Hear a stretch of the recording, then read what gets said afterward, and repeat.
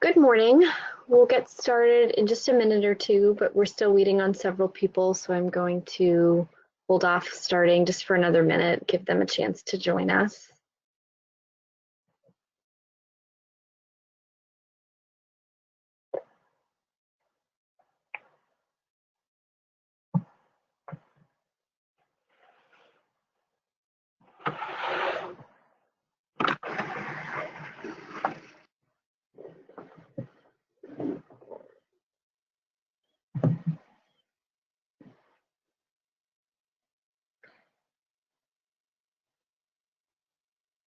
Okay, well, anyone who's running late can just jump in when they're ready, and they can always view the recording after the presentation is over. So we'll go ahead and get started.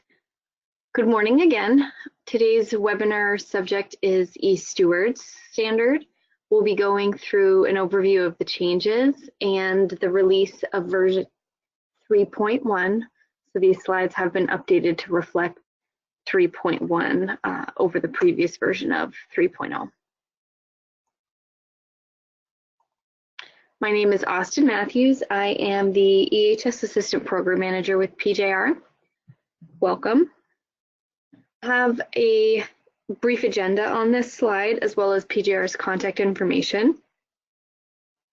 So we will talk very briefly about PJR. We'll go over the benefits and drivers of certification, talk about transition timelines related to version 3.1, highlight the key changes of the standard, and then go into a little more detail with a clause-by-clause overview of the most significant changes. And we'll conclude the presentation with an overview of the certification process and leave time at the end for any questions you may have. Throughout the presentation, if you have any questions, feel free to type them into the questions section of the webinar panel, and we will save those for the end of the slideshow. PJR is one of the leading registrars in the world.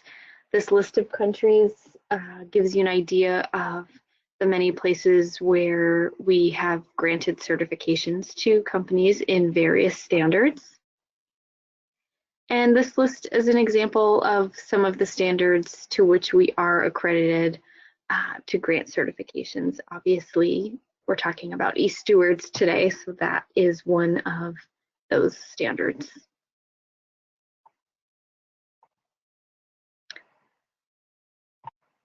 In general, some of the benefits of getting certified to a standard such as eStewards include having a framework to meet legal requirements and improving the organization's environmental performance. The standard drives increases in management commitment as well as employee engagement. There are various business management benefits, including meeting stakeholder requirements, improving public image, achieving any strategic objectives the organization may have, and the ability to integrate a standard like eStewards with other business management systems. There can be positive impacts to supplier environmental performance as well. Maintaining a certification that you can advertise may provide a competitive advantage and/or other financial benefits. In some cases, we have clients that see, for example, some savings on insurance coverages related to maintaining certain standard certifications. This presentation was expanded upon from the ISO 14001 presentation that we have. So for anyone who is not familiar with eStewards, it is based upon ISO 14001 from an environmental standpoint, and then builds upon that standard with additional requirements related to topics such as health and safety, data security, elements like that to incorporate more of the electronics recycling relevant fields or impacts. So I have in this presentation several slides that focus on ISO 14001 as a base for anyone who's not familiar with that standard either. ISO 14001 was revised. The ISO 14001-2015 standard is a couple years old now, but it's still fairly new compared to its previous revision from 2004. So I'm not going to go through the ISO 14001 slides today. I'm going to assume that everyone here has enough of a background in ISO 14001 that we can skip focusing on that standard and those revisions. However, like I said, they are in these slides, so a recording from today will be posted to PGR's website in the next day or two, as well as being able to access the slides themselves. If you want copies of the slides, you can get them through PGR's website as well. So feel free to review those slides in more detail if you need a refresher or want some more information about ISO 14001-2015. So in general, we're going to skip those slides, but I wanted to make you aware of why they are part of the presentation. eStewards specifically represents a commitment to preventing irresponsible or illegal handling of hazardous waste and electronic waste streams. Electronic waste is sometimes abbreviated as e-waste, in case anyone is not familiar with that.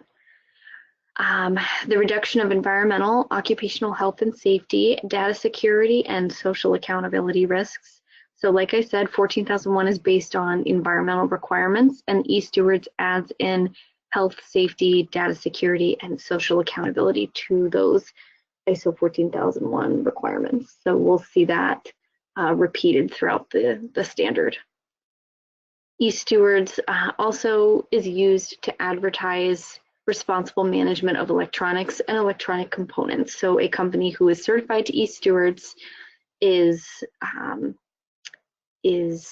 committing to responsibly managing electronics and electronic components and can advertise as such. Like I mentioned on an earlier slide, sometimes there's a competitive advantage to that, or some improvements to a company's public image based on that commitment. So 3.1 was published in August of 2018. We are no longer conducting audits to versions previously released. The deadline to transition to 3.0 has already passed, and you can see that information on this slide as well. So 3.1 is the current version that we're working from. Again, I have ISO 14001-2015 slides in this presentation that we're going to skip through, but they are available to you after the presentation for you to review. eStewards was revised to incorporate the changes made to ISO 14001 with the 2015 release of that standard, including the new ISO structure of the standard, keeping it updated alongside ISO 14001. 2015 makes it easier to implement and integrate with the other standards that now follow that ISO structure as well. It was also revised to incorporate the various sanctioned interpretations that were published related to version 2. Those were amendments to version 2.0, and you had to use all those documents in conjunction with one another. So version 3 and 3.1 just take into account any changes that have been made, and the standard gets re-released instead of using sanctioned interpretations to kind of piece it together. There were also various improvements to the standard language and/or requirements to help clarify what was required. I mentioned an ISO structure for the standard. We'll go through that briefly here. It's the Annex SL structure. You can see the bullet points represent the different clauses of the standard, and this now aligns with ISO 14001-2015, as well as ISO 9001-2015 for anyone who is familiar with that standard.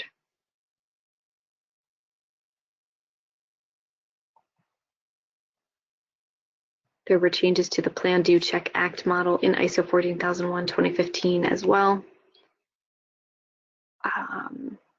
I will mention just briefly the key changes in ISO 14001:2015, since they have a significant impact on eStewards as well. There's a greater emphasis on leadership in the standard, leadership accountability, and really making sure that top management is taking responsibility for the effectiveness and the outputs of the system, making sure resources are sufficient, things like that, really trying to hold them more accountable than in previous versions of the standards. There's a focus on risk management, an emphasis on objectives, measurement, and change. And here we're looking for the performance of the management system to improve, not just improvements to the system itself, actually those outputs and how effective the system is. Changes to communication and awareness requirements. And although there are changes to the standard and some additional requirements overall, the standard is less prescriptive in the way that companies are able to meet the requirements of the standard. eSteward key changes include the removal of footnotes. These are to be replaced by a guidance document. Future revisions, as I mentioned earlier, will not be submitted or published through sanctioned interpretations, but will come out with a new version of the standard that incorporates those changes, and you can use it as a whole, replacing the previous version. So 3.1 is an example of exactly that.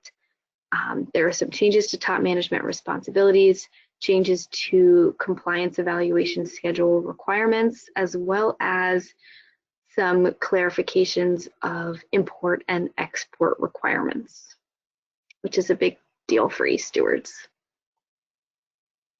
There are also changes to downstream management requirements, some changes to emergency planning requirements, internal communication requirements, and some additions to the standard. Asbestos-containing equipment has been added to the list of materials to avoid shredding. And there are additional monitoring and measuring schedule requirements in this version of the standard. The tracking of nonconformances has some new requirements, as do material balances and internal auditor qualifications. eStewards version 3 has added back in some requirements that were removed in the ISO 14001 revision. So when ISO 14001 was revised and the 2015 version was released, certain things were changed and removed that eStewards actually wanted to keep and put back in place. So you will still see requirements related to documented procedures and records and preventive actions. And those particular terms have been removed from ISO 14001 2015. So this is important if you are certified to eStewards and not just ISO 14001. Those requirements are put back in there. There are also some changes to the appendices. And we'll talk about these things in more detail. Okay, really quickly go through some key term changes. For the organization definition, it's important to note that a sole trader is not eligible to be certified. It's not considered an organization. So a broker is not eligible for eStewards certification.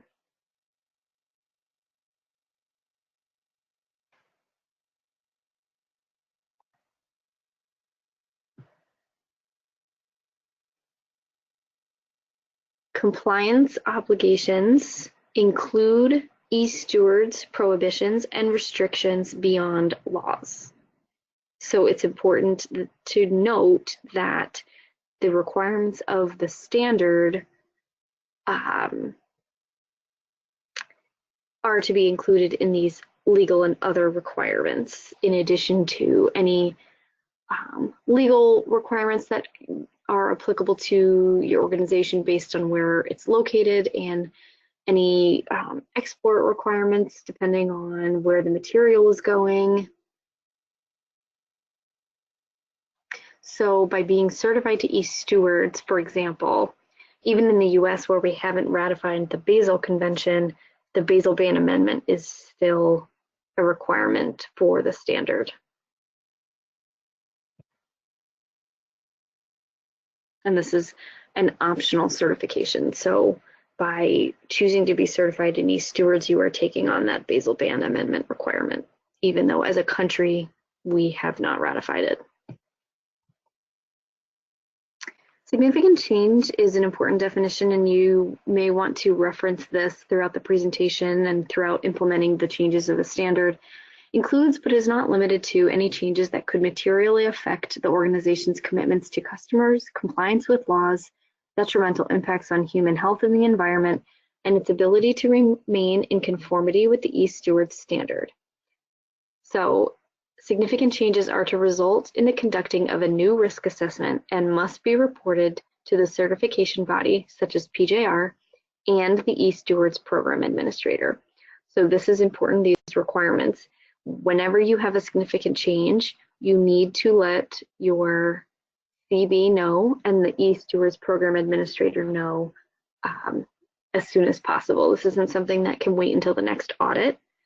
And notifying one does not take care of the requirement to notify the other. That's not our responsibility.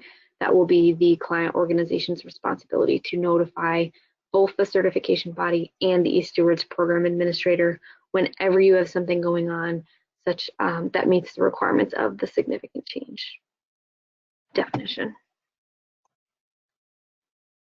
Downstream providers were previously known as downstream processors and now includes final disposal facilities, but still excludes intermediaries.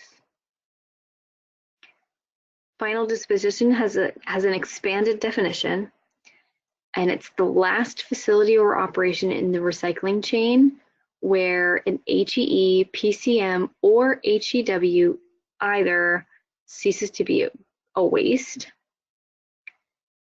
is prepared for direct reuse, or has arrived at final disposal and is disposed. So that's kind of at a high level. We're going through that quickly. Take a close look at that definition as well as definitions for HEEs, PCMs, and HEWs if you're not familiar with those acronyms or those definitions. But know that this definition has changed. Risk is the effect of uncertainty, and an effect is a deviation from the expected, whether positive or negative. So risks and opportunities can be positive or negative, also known as threats or opportunities. Lifecycle perspective is important for ISO 14001 and thus eStewards. So take a look at that definition as well and make sure you're thinking in terms of cradle to grave, any potential impacts that your organization may have, all the way, thinking from raw materials acquisition all the way through final disposal.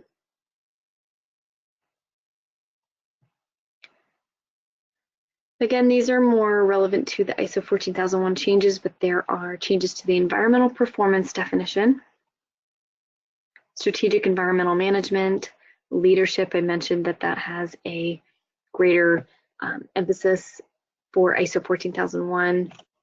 Their accountability. These are some of the main changes in ISO 14001. We're just going to really quickly breeze through these so we can get to the eStewards content. There is a tone of greater proactivity in ISO 14001 2015 that comes through in a variety of requirements in the standard. I mentioned earlier there's a shift in focusing on the environmental performance of the system instead of improving the system itself. Life cycle thinking is important, so look back at that life cycle definition. There are changes to the communication requirements as well as documentation requirements. However, eStewards made some changes in this area to reinstate some of the requirements that ISO 14001 2015 removed. So take a look at the documentation sections for eStewards instead. Okay, So going clause by clause through the standard, we'll look at some of the key changes. If we're skipping clauses, it's because there were no significant changes, and I didn't want this presentation to be 3 hours long. So 4.1 represents the organization's context. So this is required to be determined and include both external and internal issues when they have the ability to affect the organization's or the system's ability to achieve intended outcomes. So intended outcomes is a definition you want to familiarize yourself with as well. It's defined in the standard and can include both positive and negative, present and future conditions, really calling on that proactivity approach or that proactive approach I mentioned earlier to focus on the outcomes of the system, whether it's effective or not. In order to understand the needs and expectations of interested parties, the interested parties need to be identified. After the interested parties are identified, their needs and expectations can be identified, some of which may translate to requirements for the system and would need to be included in the risk assessment.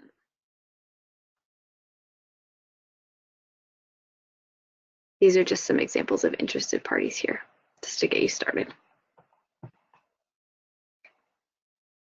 I mentioned that eStewards builds off the ISO 14001 standard. So when determining the scope, we're not limited to just environmental requirements, but also health, safety, data security, and social accountability considerations.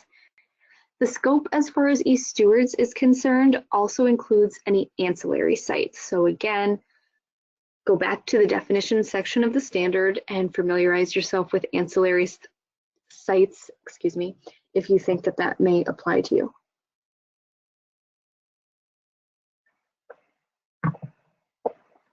It's also important to note the distinction between control and ownership when it relates to electronic equipment.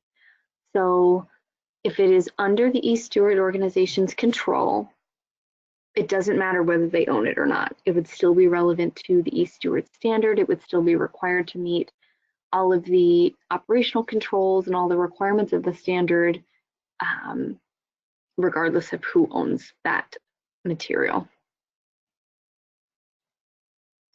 The EHSMS, or the Environmental Health and Safety Management System, must be documented, regardless of whether that requirement has been removed from ISO 14001:2015. It is still alive and well in eSteward standard. So it needs to be documented.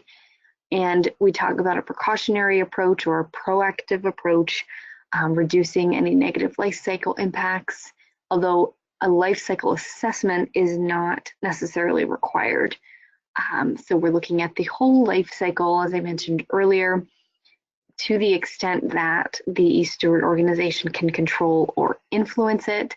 Perhaps they're not directly involved in raw material acquisition or the transportation of material, but can exert some control by the suppliers they choose to work with, the requirements that they have for outsourcing, things like that. So it's possible that they can influence more than was previously considered applicable. The precautionary principle for eStewards means taking action to prevent exposure even if it has not been scientifically proven. So the example they provide would be implementing controls for shredding plastics with suspected BFR exposure. So while that hasn't been scientifically proven, eStewards considers that a significant enough concern to be proactive in your approach and get ahead of that risk accordingly. I already discussed the greater level of accountability expected of leadership, even middle management. So everyone's held accountable. We're not looking at one single management representative to bear all the responsibility for whether the system is successful or not. This really falls on management as a whole. It's also important that management communicates the importance of adhering to the requirements of the system for all employees to really demonstrate that, communicate the importance of it. They go hand in hand. The system is more effective when top management is really demonstrating that same level of commitment. Organizational roles, responsibilities, and authorities must also be documented. Performance and effectiveness need to be evaluated according to the standard.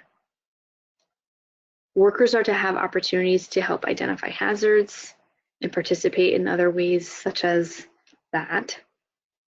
And I already mentioned that the management system team versus just a management representative, those responsibilities are expanded, including hazard analyses, management of change, a whole variety of things. So take a look at that section for more detail there. Risk assessments are required initially every 3 years and then again with significant changes. So we did discuss that earlier. In addition to notifying the CB and the program administrator, you need to repeat the risk assessment process. And this again includes any ancillary sites and operations under its control. The inputs for a risk assessment are expanded and defined in the standard, so make sure you look at that section to know what needs to be included there. And there's an emphasis on climate change and sustainability of resources. So again, trying to be more proactive and have that life cycle approach. Aspects are required to have a documented procedure process, which was removed by ISO 14001 but added back in for eStewards. And it really prioritizes action because, again, we're trying to be proactive here. We're trying to get ahead of any risks that are identified and prevent those impacts to the environment or health and safety or whatever the case may be, instead of reacting to those incidents. Workers are expected to have access to applicable compliance obligations, and that may be in the form of work instructions, training, a variety of methods. A compliance evaluation schedule also needs to be documented.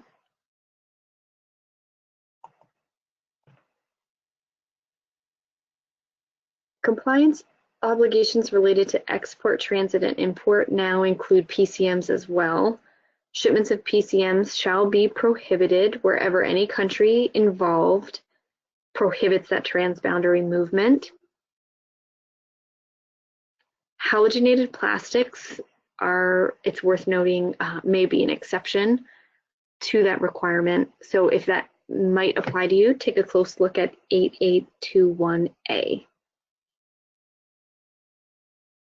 And as a reminder, even in the US or a country that has not ratified ban,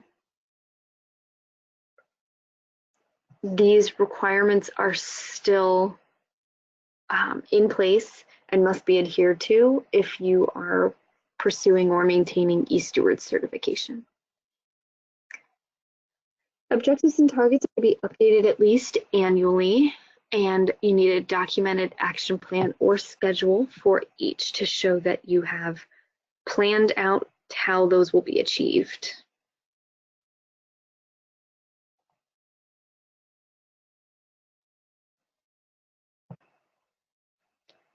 Planning for the responsible management of electronic equipment. The system needs to identify the countries where import incoming materials is acceptable and unacceptable for the different types of electronic equipment.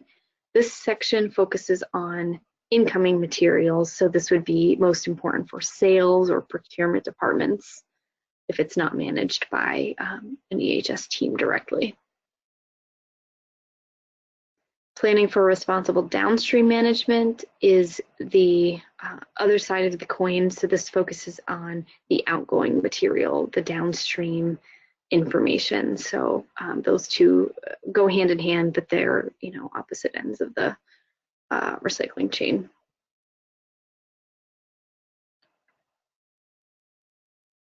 For anyone who would prefer to just have these two clauses be met in one document, it's appropriate if you wish to combine those two sections to have the electronic equipment and HEW PCM plans combined, as long as they meet the requirements of both of those respective clauses.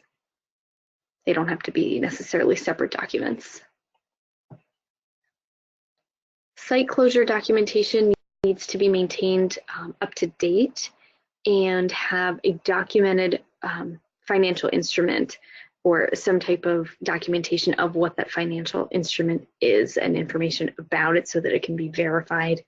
This needs to be provided annually to eStewards, and you can find more about that in clause 9.1.8.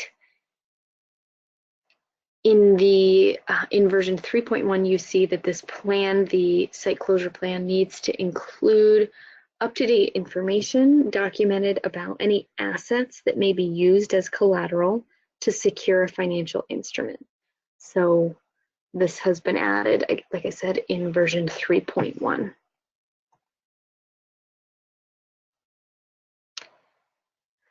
The site closure plan, specifically related to the financial surety, needs to include the disposition of electronic equipment, whether it's inside or outside the facility, at an ancillary site, and or in transport. You cannot use hazardous materials as collateral or asset value to cover the closure costs. And any assets that are used as collateral, according to version 3.1, need to be wholly owned by the organization. You also need documentation showing that they have been legally designated specifically for site closure, so that even if the company goes bankrupt and those assets were to be seized, it's already been legally designated and determined to go towards the implementation of the closure plan.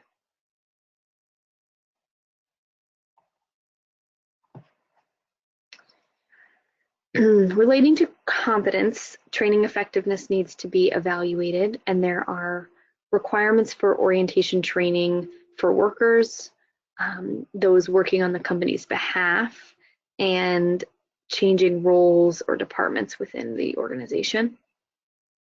There are requirements of what workers need to be aware of, specifically related to their role, implementation of the policy, and any consequences that may be a result of not conforming to the requirements of the management system.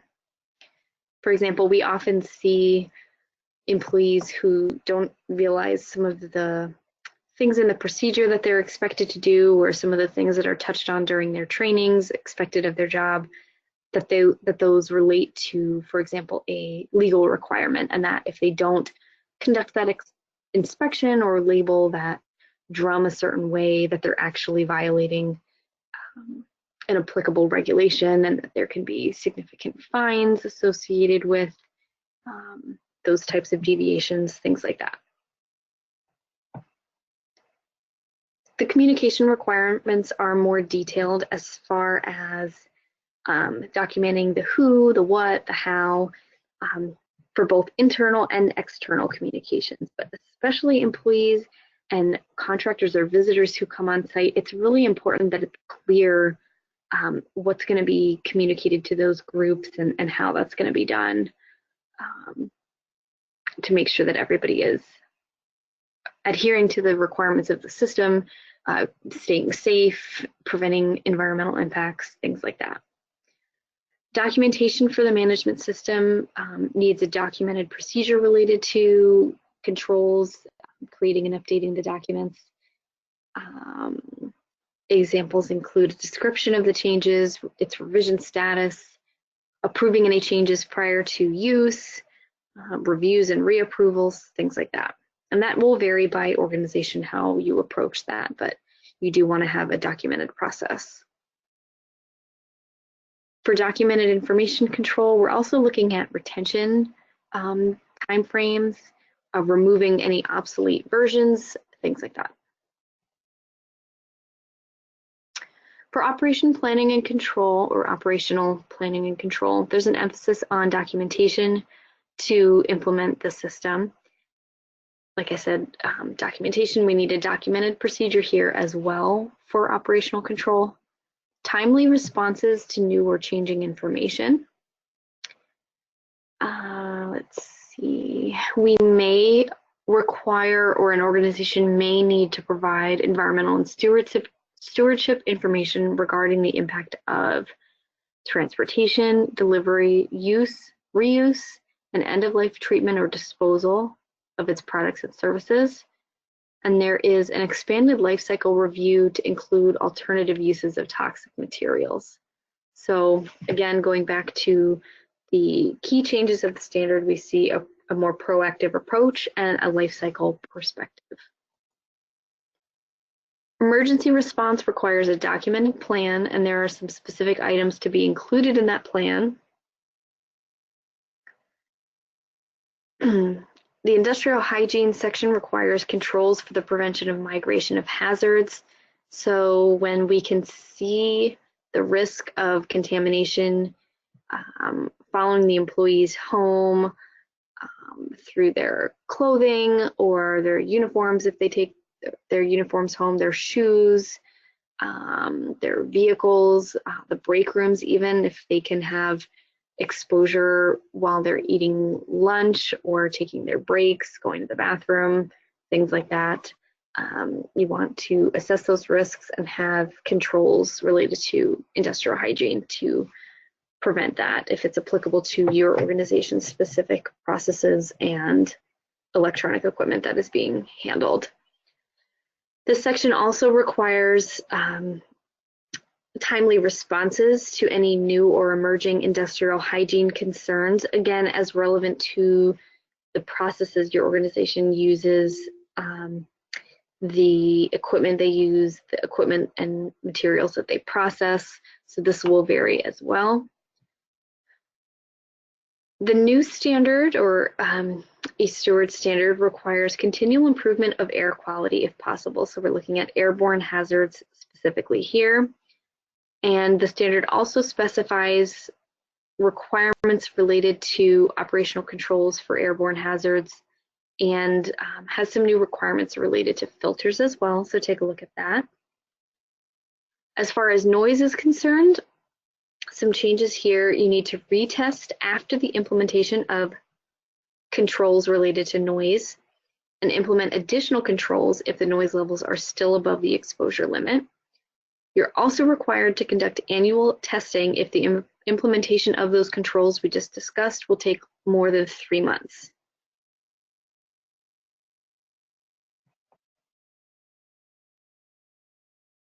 I mentioned that asbestos-containing electronic equipment has been added to the list of materials not to shred. That can be found in 8.4.1, and that is without a closed system.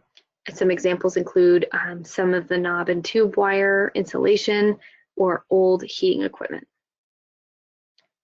8.5.3 requires training for employees conducting or responsible for mobile shredding activities and the data sanitization personnel.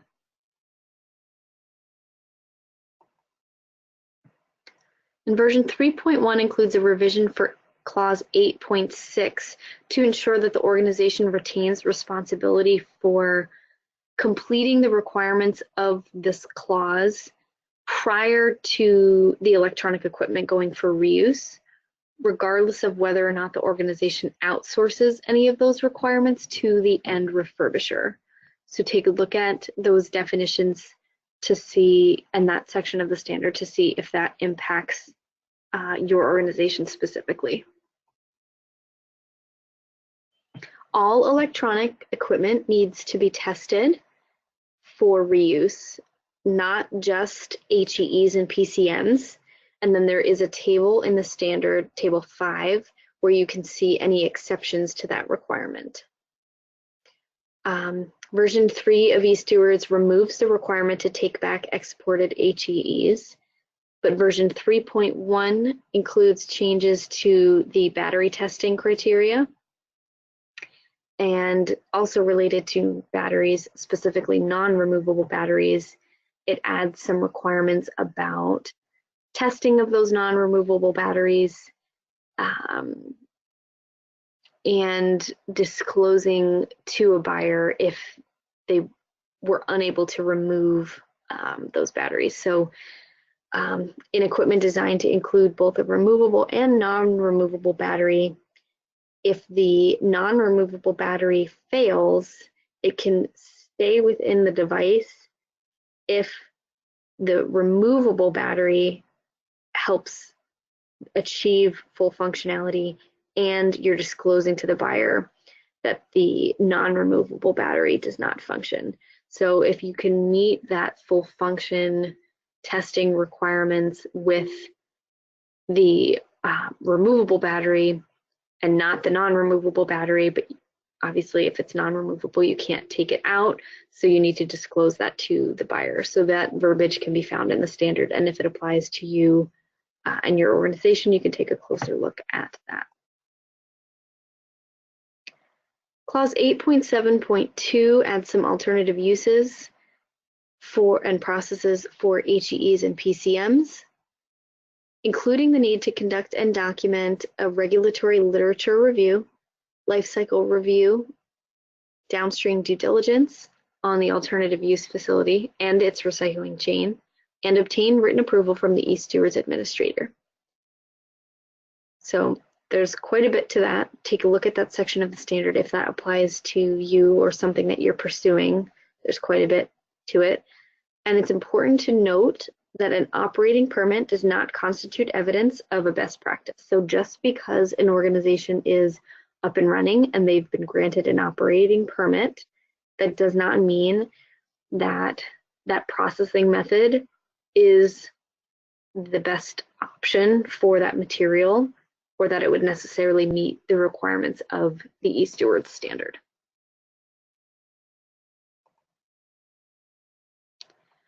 Version 3 of eStewards organizes the export and import controls by category and has added a section regarding exports to end refurbishers for repair activities.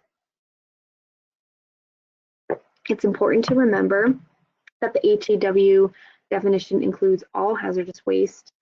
So different national laws or different countries' laws may differ in their definition of that hazardous waste. Something that we don't consider a hazardous waste in the US may be considered a hazardous waste in a different country that you would be trying to trade with. So it's important to look closely at those requirements.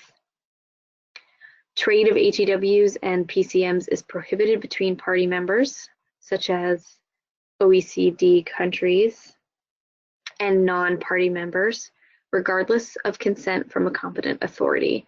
So this requirement trumps any letter or competent authority approval you may see as evidence. So keep this in mind when you are looking at your recycling chain, when you're vetting your downstream vendors, when you're reviewing your import and export requirements. It's really easy to get confused with all the documentation that may be submitted to show you that a shipment is legal. Really review the standard carefully to make sure that that is the case. There are no changes to the requirements to prohibit trade between developed and developing countries. So no significant changes there. And again, going back to the consent from a competent authority, if a law or agreement such as the Basel Ban Amendment declares trade unacceptable, it doesn't matter if you have a letter of consent. Again, the eStewards standard is an optional certification, and you are agreeing to adhere to all of those requirements, including the Basel Ban Amendment.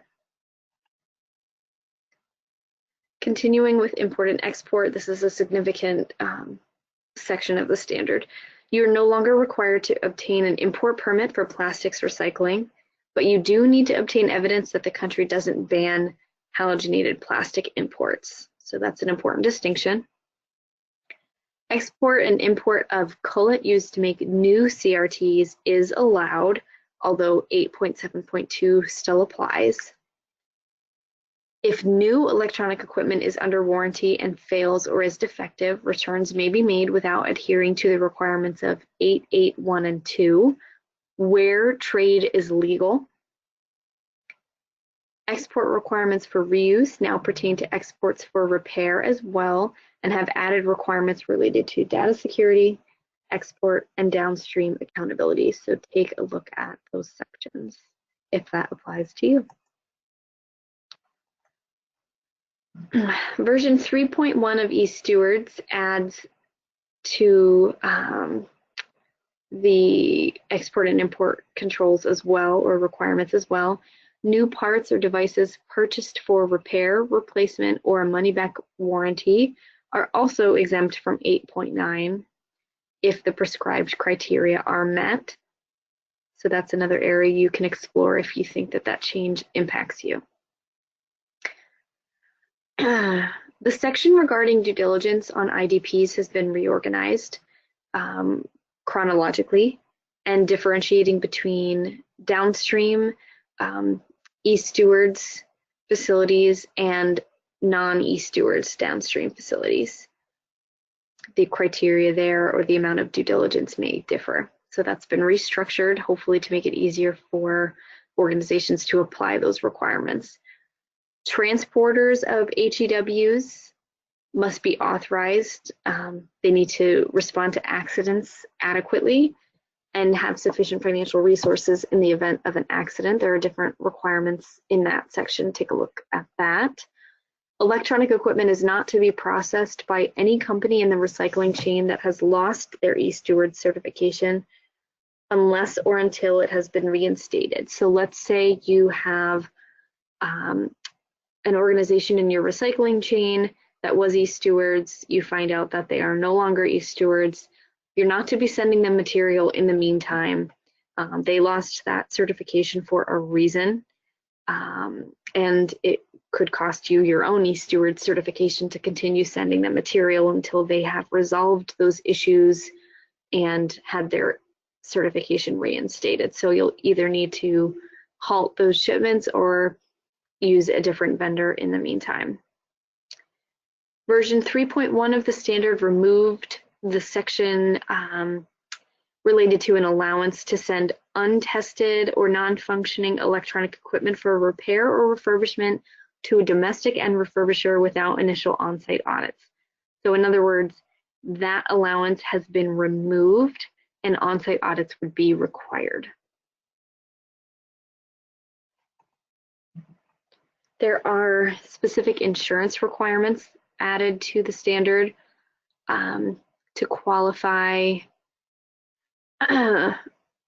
whoever's providing the insurance information. Familiarity with electronics recycling, refurbishing, industry risks, so they have to have experience or insight into the industry to effectively assess your insurance needs, and also recognizing best practices. Without that experience, they're not going to be able to meet that requirement effectively.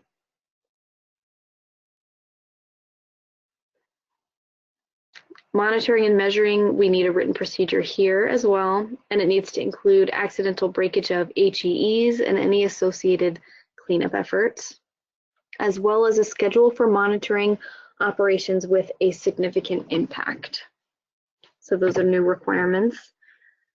A written procedure is also required for evaluation of compliance, as well as, we already mentioned, a compliance evaluation schedule. Objectives require active monitoring. So you're not just going to set an objective and check it in a year to see if it was met or not. You need to actively be monitoring those objectives. There are additional requirements for logging nonconformities, security breaches, nonconforming product. You can combine documents or logs for these different materials or maintain them separately, and that's for tracking purposes. Facility inspections need to go beyond verifying operational and housekeeping controls to ensure the procedures are implemented at all levels. So this is not really just, the surface level, we want you to be looking in more detail the effectiveness of the controls and whether those procedures are being implemented to really have those facility inspections be effective as a monitoring tool. There's additional industrial hygiene monitoring requirements. So you need to submit a risk assessment and industrial hygiene results to a medical professional at least annually if you are using those PHPTs, potentially hazardous processing treatments. And you can look at the standard and the definitions for more information if you think that may apply to you. A mass balance needs to be calculated every 6 months, and the discrepancy should be no more than 5%.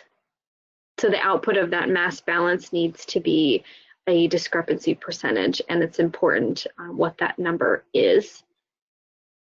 A copy of the closure plan needs to be submitted annually to the, sorry, it might not be annually. A copy of the closure plan needs to be submitted to the eStewards program administrator for each processing facility.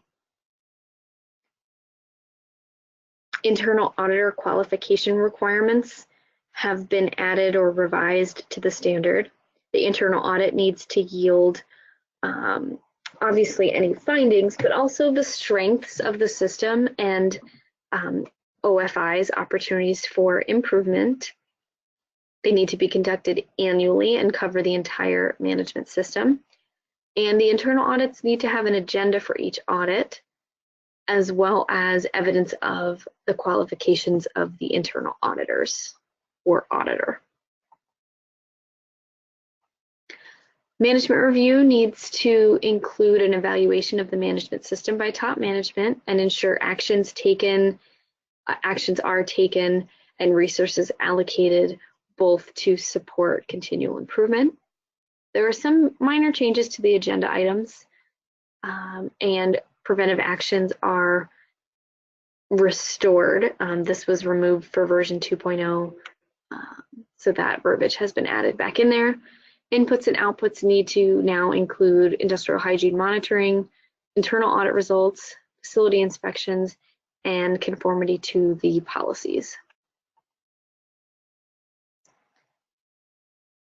There is a call for proactivity. It's specifically found in 10.1, but as we have discussed throughout today's presentation, that is the tone of the revisions anyway. And there is a requirement that's been restored for a written procedure for the nonconformity, preventive, and corrective action processes. We already mentioned, but worth mentioning again, preventive actions have been restored. So not only are corrective actions required, preventive actions are also required. That speaks to a proactive approach as well. I mentioned that there were some changes to the appendices. There are no significant changes to Appendix A, although there were some requirements moved around and put into the standard itself. Appendix B, going through a couple of the changes. Home-based operations cannot be certified to eStewards. There are some changes to the corporate certifications, now called countrywide certification of multi-sited organizations. And this extends to entities owned by spouses. So that's a significant distinction to be made there if it applies to you. We've seen that often enough that was added to the standard. Applicants need to submit an ownership chart to the certification body, including all entities and their legal relationships. This is used to determine whether all relevant sites have been included and sampled and all of that good stuff. Appendix B also specifies application requirements that need to be submitted to the eStewards program administrator prior to the stage 1 audit, and the requirement for an annual license agreement and any updates, usually one per country. In version 3.1, we see additional revisions, including that the eStewards program administrator can suspend the licensing agreement for any organization if their CB has suspended the certificate, and would only restore it if the certificate is reinstated. And the, let's see, if an eStewards program administrator has issued a critical nonconformity to an organization, the certification body is required to withhold, withdraw, or suspend the eStewards certificate until that finding has been closed by the program administrator. So if they're doing unannounced audits or something like that and they issue a critical nonconformity, that is how that needs to be handled by the certification body. We already discussed this, but again, significant changes need to be reported to both the certification body and the eStewards program administrator. I've got the email address here for you. As I mentioned before, as soon as possible. So they put within 5 business days specifically would be the time limit. And again, take a look at that significant changes definition if you are unsure whether or not whatever's going on with your organization meets that definition. This isn't new, but worth reminding everyone here today that a documented procedure for unannounced performance verification inspections is required. So that is a requirement of the standard as well. I already mentioned the new version of the standard versus the sanctioned interpretations they used to utilize. Version 3.1 includes a requirement to have a current email address maintained by the eStewards program administrator.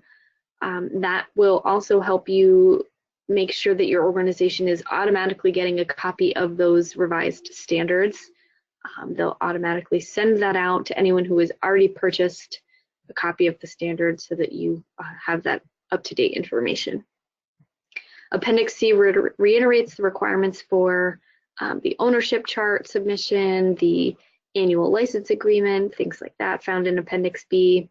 It adds a consequence of if that 18-month time limit for certifying all the facilities is not met, so take a look at that section as well. There are additional requirements for the multinational sampling criteria. Site sampling is not permitted during initial certification, but may be allowed for subsequent audits, and that's something that the certification body usually determines. And version 3.1 of the standard also adds competency and ongoing training requirements for both certification body auditors and certification decision-making personnel. So this really more reflects changes for the certification bodies, but some of those changes trickle down to the organizations seeking certification and are worth mentioning here. Appendix D cites specific sections affected by changes between version 3 and 3.1. So if you would like to see those differences highlighted, you can also look at Appendix D. Okay, so that is the eStewards changes in a nutshell. Really quickly, we'll go through the certification process for anyone who is pursuing certification for the first time and is unfamiliar with that process. The first steps would be obviously obtaining a copy of the standard and then establishing the documentation that the standard requires, conducting any training to the system that is needed, implementing the standard itself, conducting an internal audit, compliance evaluation, and then a management review, which would include the results of the internal audit as an input. You will need a contract with the certification body, such as PJR, and you will have to complete your stage 1 and stage 2 audits, which we'll talk about in a moment, address any nonconformities that result from the stage 2 audit before a certificate would be issued. So specifically, the stage 1 is a documentation review to make sure that the documented framework exists and meets the requirements of the standard, and essentially evaluates whether you're ready for stage 2. The stage 2 audit is an on-site audit of the entire management system, all its processes, all its shifts, sampling employees, all that good stuff. Any nonconformities issued for the stage 2 would have to be resolved before a certificate could be issued. And that stage 2 audit really represents whether or not the system you've implemented is meeting the requirements of the standard. And anywhere that it is found to not be meeting the requirements of the standard, that's where you would see those nonconformities. Once a certificate has been issued, they're good for 3 years. So you would be in a 3-year surveillance cycle. Those subsequent 2 years would be surveillance audits, either annual or semi-annual, depending on the contract. And they would differ from the stage 2 in that they would probably be shorter. They would be partial system audits. We wouldn't have to sample all of the processes or all of the shifts. It would be a sampling. And then that 3rd year of the cycle would be a recertification audit, very similar to a stage 2 audit, results in the issuance of a certificate after any nonconformities are resolved, and the 3-year cycle begins again. If you haven't already typed in any questions you may have, please work on that now. I'm going to switch to the last slide of the presentation, which has our relevant contact information on it. So again, I'm the EHS Assistant Program Manager with PJR. You can contact me via email or through the main headquarters phone number. Stacy DeSantis is our EHS Program Manager. She can also be contacted with technical questions via email or phone. And if you are looking for a certification body and you'd like a quote from PJR, you can reach our sales department at this phone number here. We'd be happy to help you with anything that we're able to.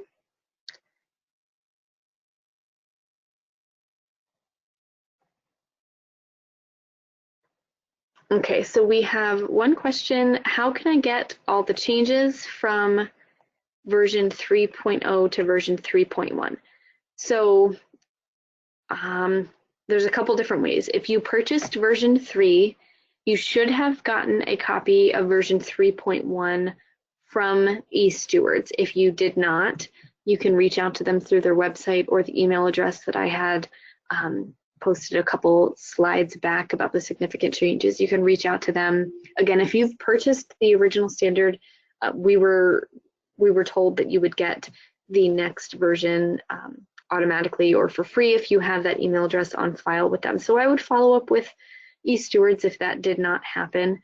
You may need to purchase that if you have not already. And then once you have version 3.1, Appendix D contains an overview of the changes between those 2 versions for your reference.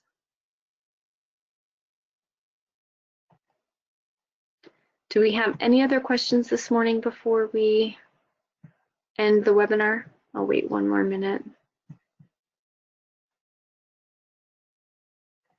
Okay, you're welcome.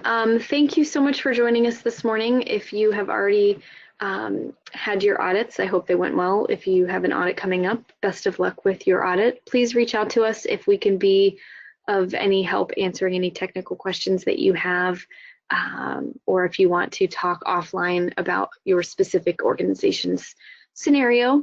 Thank you for joining us this morning, and I hope you have a great day.